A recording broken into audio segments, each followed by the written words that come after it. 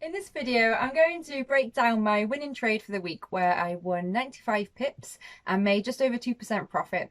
I'm going to break it down on the charts and share my weekly results as well with you guys, so stick around.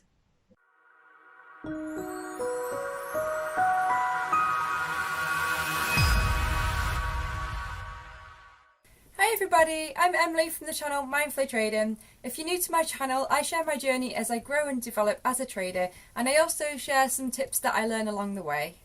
And in this trade recap, we're going to review my trading performance for my winning trade that I had, trading EURUSD. I actually was very brave and went short on the trade. A little bit risky because the overall trend has been a very strong uptrend. But I'm going to share with you my the strategy that I used, what I was thinking, and how the trade went. So let's jump on the charts. Okay everybody, so I've got the 4-hourly time frame open here on EURUSD, and as you can see, this is a little glimpse of my winning trade. Before we kind of dive into the strategy and what happened for the trade itself, I'm going to just go back a little bit on the time frames to the daily, just so you can see and get a bigger picture of what's going on here. Now, if you have been following EURUSD, you'll probably know that it has been in this very strong uptrend. Since around the end of March time, we had this bounce off this lower weekly trend line, and since then we've had a little consolidation wedge here, and then predominantly it's broken out to the upside, and we have been in the strong uptrend ever since. Now, I carried out some analysis on this over a week ago and using the weekly chart as well, and I felt like it was getting ready for a pullback because we have had some strong moves up on the weekly time frame. Just going a little bit larger here, we can see that we've had 1, 2, 3, 4, 5, 6, 7, 8 consecutive green candles, and we are getting extended from this 20 moving average, so I felt like it was getting ready to need to have this pullback, this breath of air. But I was looking at that over a week ago, and you can never totally predict when these things are going to happen, so I've just been keeping an eye on the charts. This sort of past week, really, I've been watching this consolidation here on the daily and felt that it was getting ready to take that move. But as we all know, when you do take a trade against the dominant trend, it's very risky, counter trend strategies, and it's very important to, I find anyway, from my experience so far, to try to wait until that opportune moment, as Jack Sparrow would say, because if you obviously get in too early, you've got a very high chance of getting stopped out because the trend can continue. So I was taking my time a little bit on this trade, trying to get the right entry, and luckily I managed to time it well. So now I've got an idea of the bigger picture, I'm going to go back onto the 4-hourly chart, which is what I mainly use to calculate this trade. And just zooming out here, we can see that we had the top of this uptrend move right around this point here, where we also tapped the weekly trend line. You may see this faint yellow line here. But I also added this red horizontal ray just to indicate the top of this consolidation, this range that we've been experiencing. And again, this bottom red horizontal line also represents the lower part of this channel. So from this uptrend, we have come up here to the highest point, and then we've had this touchdown here.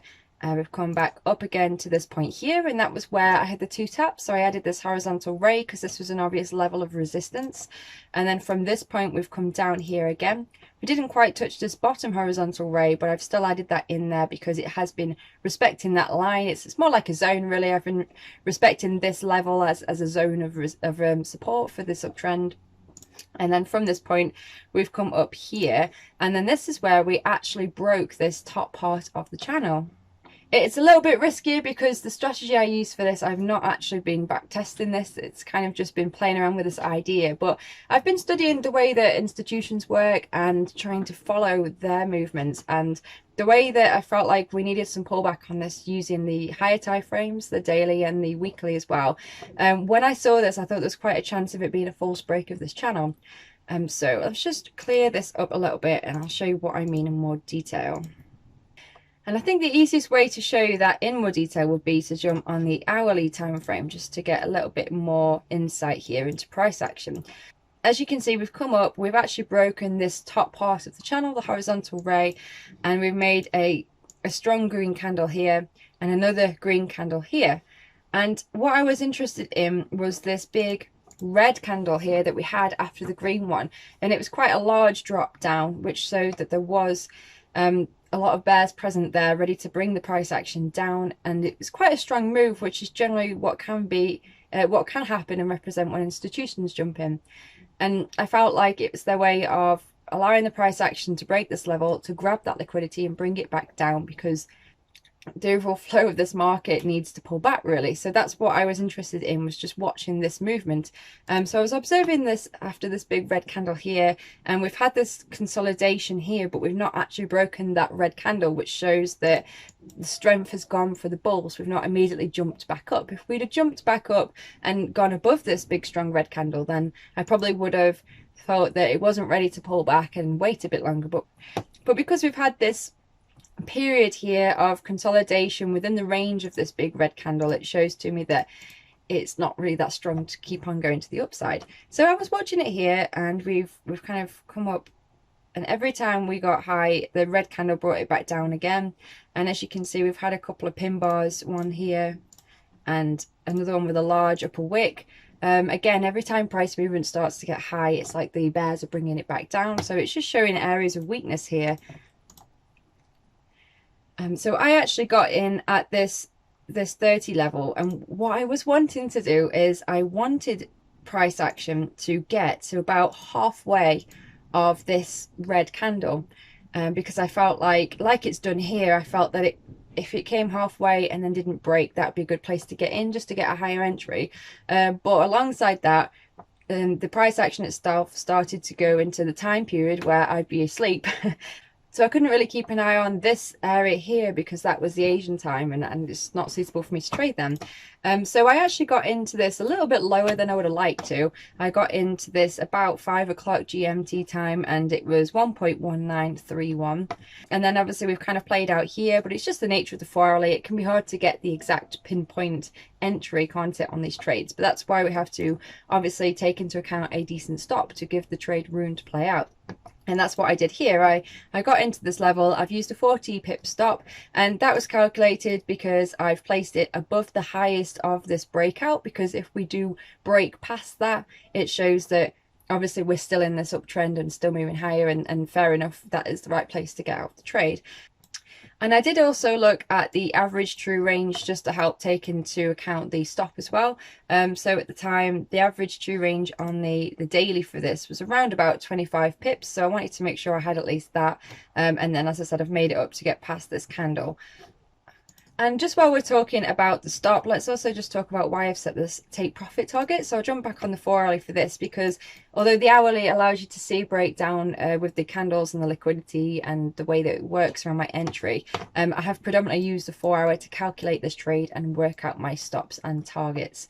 And as you can see again here on the 4-hourly, the candle after this breakout of the range, this red doji here, does indicate that there's obviously big indecision after this breakout, which doesn't show strength after a breakout. So the likelihood is that it's going to come back down within the channel. So all of these different signals really is what I've used to formulate my plan for this trade.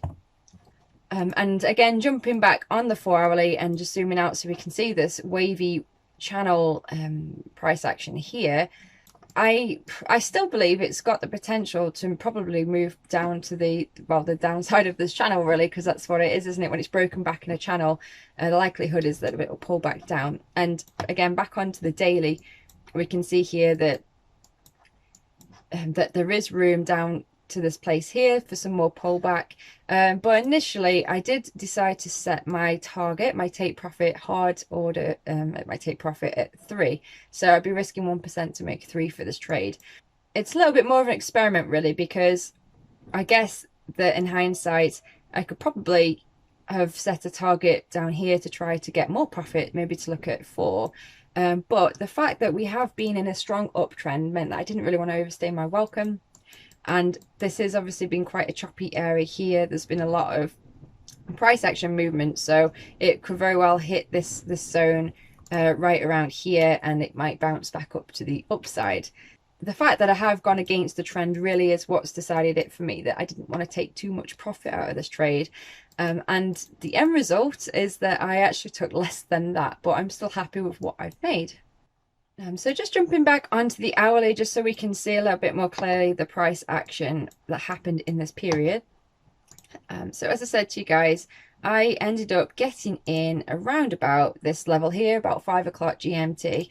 So I lasted long enough for price action to just retract a little bit into this big bearish candle. And then due to other commitments I had to kind of step away from the chart. So I decided to get into that trade. And then I set my stop up here and I set my hard target down here.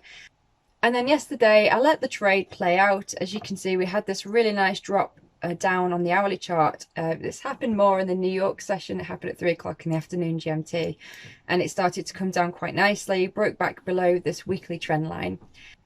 And I was keeping an eye on this trade on my phone, and I'm kind of playing with this idea really because I've studied and researched and kind of come to this idea that you need to follow your trade plan. And this, as you can see, it's my trade plan, is risking 1% to make 3, following my preset orders, my stop and my target. But if you watch my previous video, I'll include a link above, for the trade I took last week on USD Swiss franc, I was very close to my take profit, and then the trade actually went against me and came back down and stopped me out. And now a lot of you guys have been commenting saying, you know, why didn't you adjust it, why didn't you get out sooner? And that would have been a good idea, because it would have been a lot better to have gotten out with 1% than have taken the loss on that trade. Again, that's kind of versus this mentality that I've had that I shouldn't alter the plan and I should let the trade work out. So I've been finding my way a little bit with those two ideas. But when I was watching this on my phone, and I only really did that because, again, I didn't want it to go against me. The main overriding factor for this, of why I decided to interfere with the trade plan, is that EURUSD has been in a strong uptrend. And I think that even though it may be ready for this pullback, it's unpredictable and risky because, you know, I'm doing a very short trade on a pullback on a strong uptrend. So I didn't want to leave it in to trust the plan when there is a higher chance that it probably would go against that initial idea anyway. So I had a look at my charts last night on my phone. It might have been after a gin as well, so it's a bit naughty really. But basically price action got to around about this level here, 1.1836. And then it started hesitating. As you can see, we've got this section here where we've been consolidating, which is totally normal. It's price action doing its thing. But at the time when I saw this was happening, I knew that this level was actually over 2%.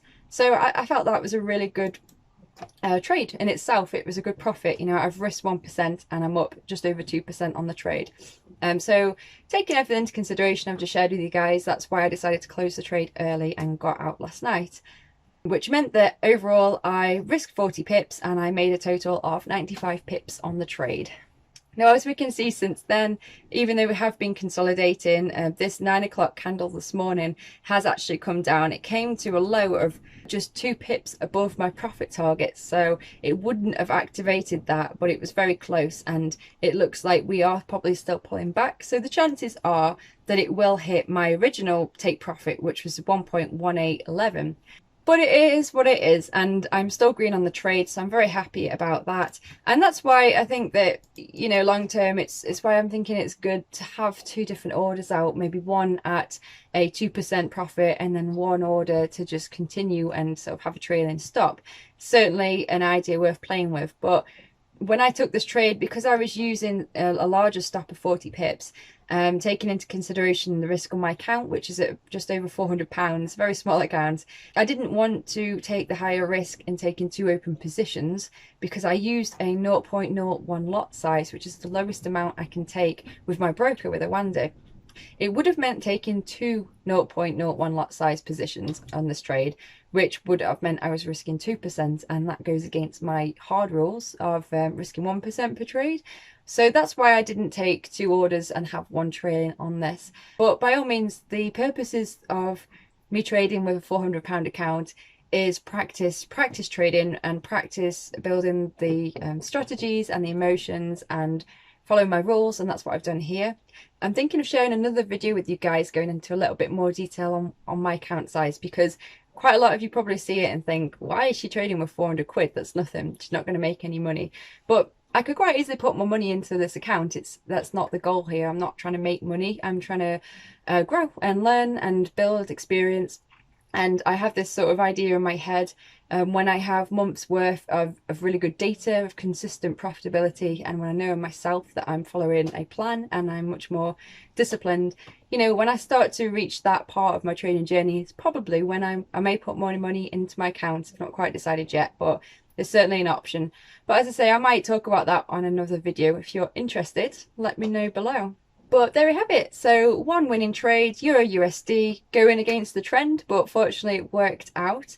It's been a really good experience. I've quite enjoyed taking this trade because I did really practice patience on this. I really waited and followed price action, and I really enjoyed doing it, to be honest. I mean, obviously the fact it's green helps as well, but the time when I got into it, I was a bit nervous, quite honestly, because I was going against the trend, and that's what stuck with me. So I was a little bit nervous, you know, had sweaty palms and flutters in my stomach, but I thought, no, I trust my technical analysis and I trust what I'm doing here, so I'm either going to lose and learn from it or win and learn from it, because that's what the goal is the lessons, not the money. So I hope you've enjoyed this video, this little recap for this past week's trade. Do hit that like button if you have, share some love, and if you've got any questions or comments, leave them below. Don't forget to subscribe, and I'll catch you in the next video. Thanks, guys. Bye.